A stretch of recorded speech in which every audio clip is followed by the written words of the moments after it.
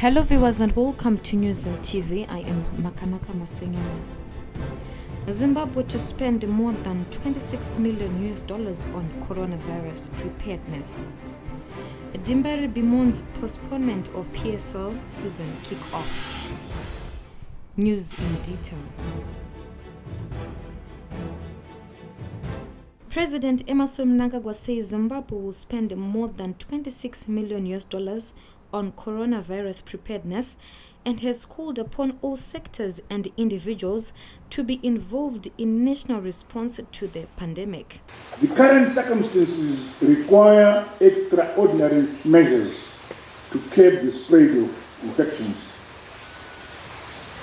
Meanwhile, I call on everyone to practice good personal hygiene, including washing our hands frequently.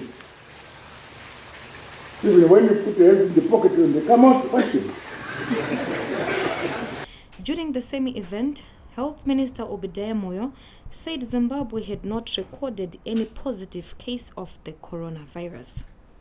May I start by reiterating that to date, Zimbabwe has not recorded any confirmed cases of COVID-19.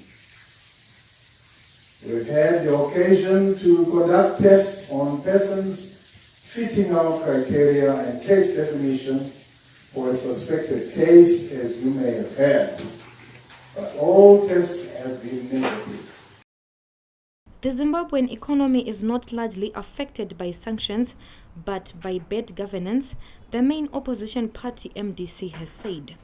In an interview with News and TV in Harare, MDC spokesperson Daniel Molokele said it is a lie that sanctions have crippled the country's economy, but bad governance. This is another lie, blatant lie, that is being shared with the people of Zimbabwe, and it is really disrespectful because these sanctions are 20 years old. Zimbabwe is 40 years old. If you look at the history of the country from 1980 to 2000, check the number of corruption scandals that we've had. For example, in 1988-89, we had the Renewable scandal, we had the Sandora Commission of Inquiry. If you look at the way we've managed our economy up to the year 2000, check ISAP, the Economic Structural Adjustment Program, check in the 90s, the food riots that we went through. Check the decision that we took to go to the DRC, one of the most expensive mistakes the country has ever undertaken. So when the MDC was formed in 1999, when the National Constitutional Assembly was formed in 1997, there were no sanctions in this country. But the economy was already bad. Democratic space was already gone. So corruption was already high.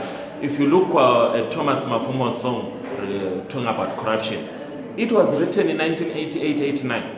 And if you listen to the lyrics, Thomas Mafumo is saying everywhere there is corruption in the society.